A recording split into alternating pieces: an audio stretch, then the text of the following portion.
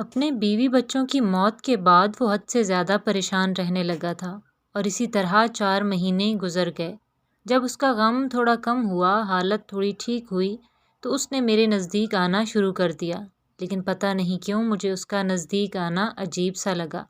پتہ نہیں کیوں مجھے اس کا پاس آنا اچھا نہیں لگ رہا تھا، پر میں کر بھی کیا سکتی تھی، مجبور تھی۔ اپنے پاس آنے سے منع بھی نہیں کر سکتی تھی، مرد آخر مرد ہوتا ہے اور وہ اپنے آپ کو ایڈجسٹ کر لیتا ہے۔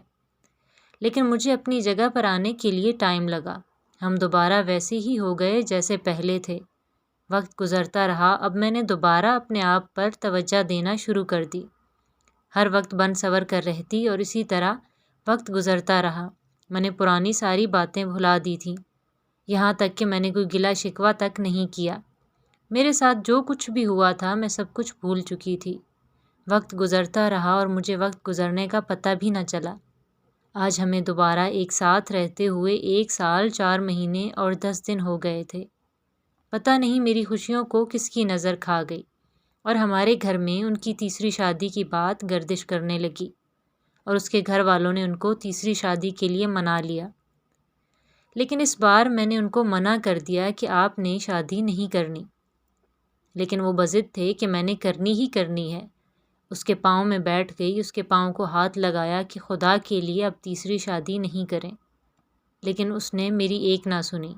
پوری رات رو کر گزاری، لیکن اسے مجھ پر ذرا بھی ترس نہ آیا، اور آخر وہ دن آ گیا جو اس کے لیے تو خوشی کا دن تھا، لیکن میرے لیے قیامت سے کم نہ تھا، یعنی نکاح کا دن۔